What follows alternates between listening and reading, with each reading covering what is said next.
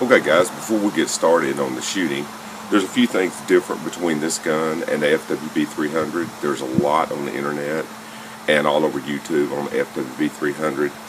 I realized when I bought this rifle there's not nearly as much on these. So here's a couple things that are different.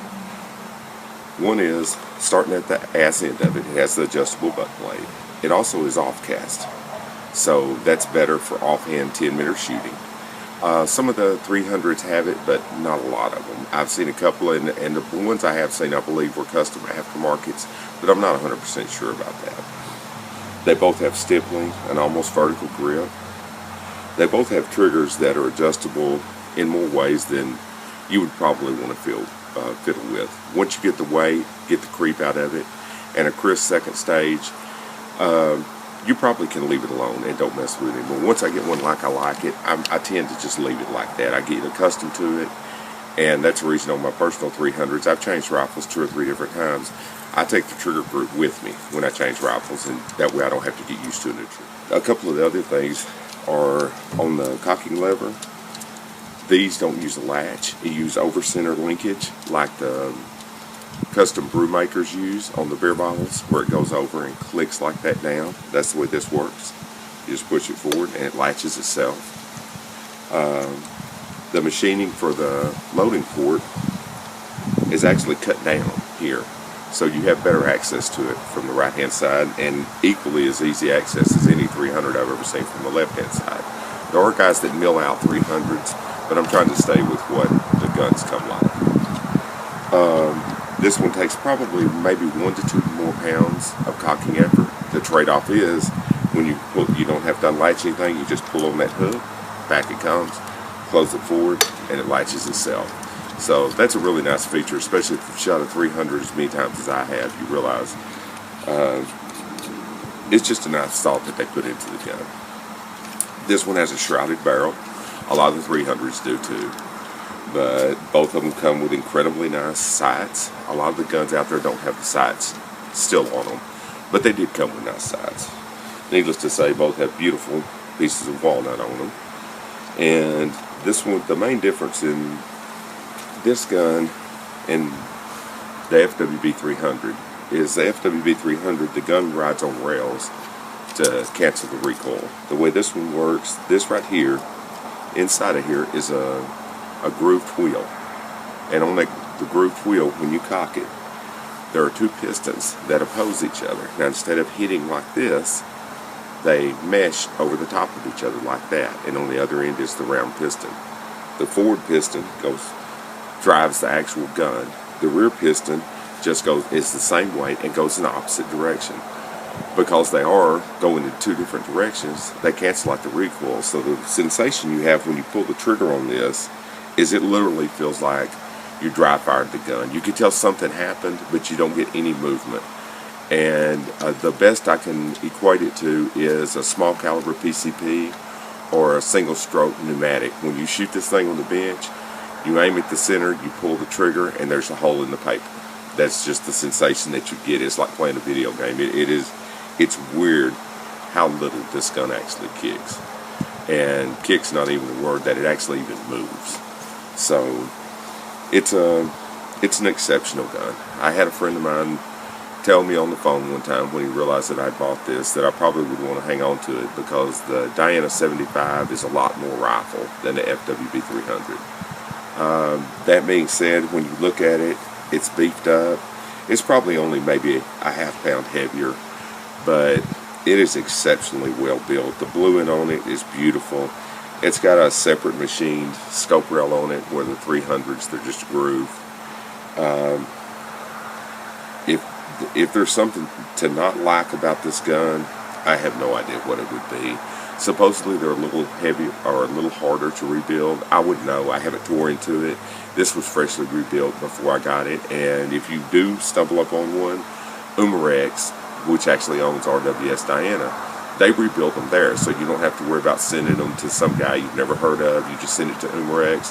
They do it for a very inexpensive fee and totally rebuild the insides of it. So you're up and shooting for another, who knows, hundreds of thousands of rounds. These 10-meter guns are not particularly fast, but they were built to last. So, and they're built to be repeatable, which is something that you don't find in a lot of springers. A lot of springers shoot great one day, and then the next day the point of impact is totally changed. They have good days and bad days. These are not like that. Most of these are made to be shot almost completely dry, and because of that, you don't have to worry about, well, did the lube shift here, did it do that or do this. These type of guns aren't like that. The air rifles that are made now, the break barrel rifles, there's some really nice ones out there. Whether any of them in a controlled situation will shoot with something like this, it's possible, but it's damn unlikely. It's like finding a break barrel rifle that'll shoot with a bolt action. It's that kind of a difference.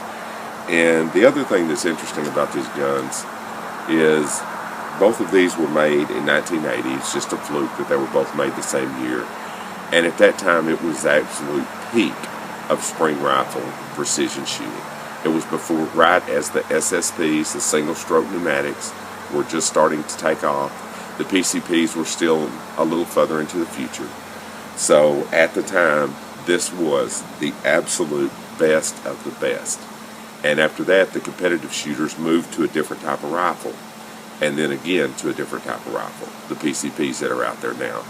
So this is as good as it got with springers, and probably as good as it'll ever get. I'm sure there's probably some custom guys out there that can take a factory rifle now and make it shoot like these or close to it, but actual quality built into the guns, it's hard to imagine that we'll ever see a time where this is done like this again. This is like the pre-64 Winchesters. There's a lot of hand fitting here. These things are made out of heavy steel. These things are blued. They're not stamped. A lot of the guns that are made out there now are built with the same precision as a cat pistol. So this is an entirely different level of firearm. Well, as luck would have it, right about the time I got through talking about the features on the guns, went out there at the mailbox and got a brand new Crossfire 2 in.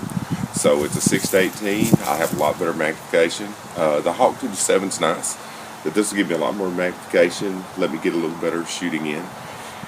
I'm fixing to shoot it a few times. I'm just going to fire it for more or less for effect. If you will, watch the action of it, and you'll see nothing moves. And like I said before, easy, long stroke. Pellet goes in like this. From the right hand side, it's very clear. And I'm just going to shoot it a few times, and then I'll move the camera in a little closer, and you can get a better idea, and you can see just how little this thing actually moves.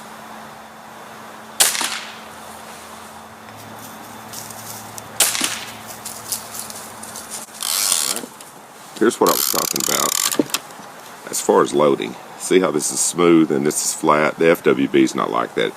This right here comes up on both sides, so it's a little more of a pain in the butt to shoot. I have arthritis in my right hand, so I'm not able to load it right-handed, but I would load it left-handed. But you can see if you did how much easier this would be to load. Plus, if you drop a pellet, it doesn't go anywhere; it just rolls out. Now watch the mechanism when the gun fires. I'm just going to point and fire it just so you can watch the mechanism.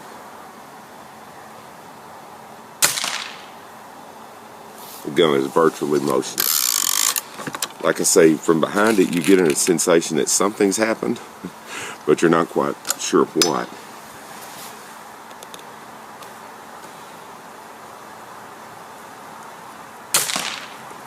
But the sensation that you get with a Springer, where everything recoils violently, this does not do that in any way. Which is handy in one other reason. You can put basically any scope on it. You don't have to worry about being Springer rated. So that's nice about this. And the FWB. The FWB, the recoil is so very mild that you can virtually put any scope on it.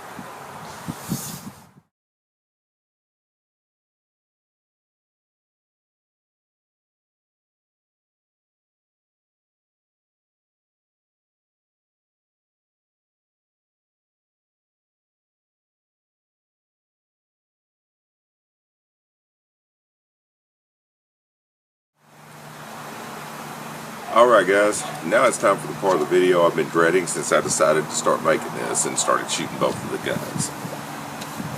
If I were to choose, which would I choose? Well,